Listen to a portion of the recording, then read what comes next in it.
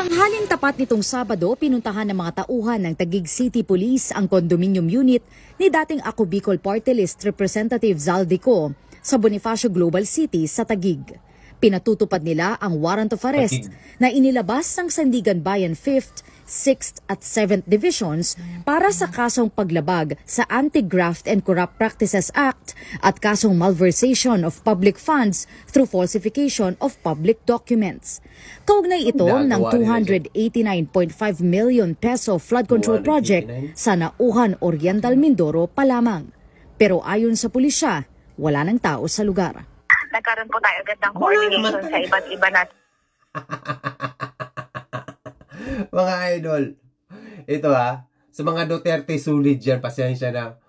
Pro Duterte ka man, alam naman natin ito patungkol kay Zaldico ay para sa lahat. Meron na rin siyang warrant of arrest, aarestuhin na. Anong ginagawa nyo dyan sa condominium ni Zaldico? Dyan sa Taguig, ay wala naman talaga dyan si Zaldico. Diba? Alam natin yan sa umpisa pa lang na wala si Zaldico dyan. Siyempre si Zaldico nasa ibang bansa. Nagpapagamot daw. Diba? Kung sila, itong kapulisan at itong NBI, o itong sabihin natin itong Malacanang, ay meron talaga silang eager na hulihin at malaman itong nangyayaring korupsyon sa bansa natin, itong flood control, na si Zaldico mismo, ito lang ang inaantay natin lahat. Si Zaldico lang talaga kasi siya yung maraming alam dyan, itong mga ebidensya nila na sinasabi na lahat ng pera nandyan kay Zaldico. Una-una agad, siyempre may warrant of arrest na. Saan bansa ba siya ngayon? Sabihin natin na sa Milan, sa USA, makipag-coordinate tayo dun. Mayroong tinatawag na extradition treaty, di ba? Gumawa tayo ng request, makipagtulungan, hihingi tayo ng tulong na itong tao na to, may ganitong-ganito ng kaso. Pangalawa, itong DFA, yung pasaporte niya, lahat ng dokumento niya, i-cancel lahat yun. Then, andun na sa ibang bansa, ipa-deport. Diba? Tapos, pauwi na. Bahala siya, magkusa siya, siya rin, pusasan siya dyan, papauwi. Ganon. Kung meron silang eager, kagaya ngayon na pumunta sila dyan, bago sila gumawa ng action, mali-mali. Mababatikos ka ngayon. Magkakaroon tayo, mapapahiya ka. Ang tao ngayon hindi na parang mangmang. Lalo na ngayon na uso ang social media. Ang daming komento sa'yo dyan. Pustahan tayo. Mali yung ginagawa nila. Pumunta sila dyan. Magkakaroon to ng thinking si Zaldico. Pagtatawanan lang kayo ni Zaldico. Diba?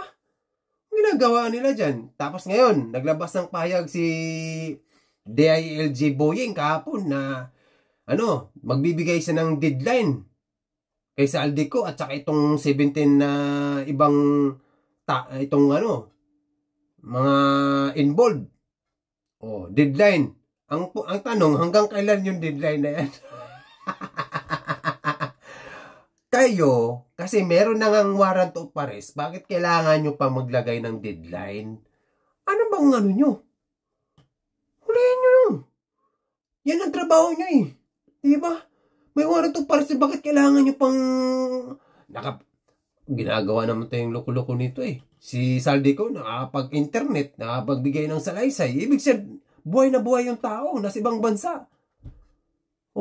Gawa kayo ng action, hindi yung bigay ng deadline. Yung deadline, may warrant of arrest ka nga, tapos ganito ang nangyayari sa bansa natin. Ano to? Wala eh. Hindi to ganito ang sistema na gusto ng taong bayan. Ang gusto natin na mahuli ka agad, malaman ka agad itong mga nangyayaring korupsyon, wala nang nangyari. Itong ang Blue Ribbon Committee, pinahinto, di ba? Tapos kung may ebidensya kay Martin, huliin mo na. Gumawa ka ng warrant. Ikaw, leader ka ng bansa eh. Di ba? Kung may ebidensya ka na, ba't ganun? Puro na lang kayo deadline, salita, magpapasalamat. Bago kayo magpasalamat, gumawa muna kayo ng action. Para matuwa ang taong bayan. Yung tiwala nila, nandun. Hindi yung ganitong nangyayari. Kaya ako, napanood ko tong balita, matatawa talaga ako. Mapapareact ako kasi pera ng bayan yun eh. Hindi pwedeng sabihin, ay, bahala na. Hindi pwedeng ganun. Hindi ko alam. Hindi pwedeng ganun.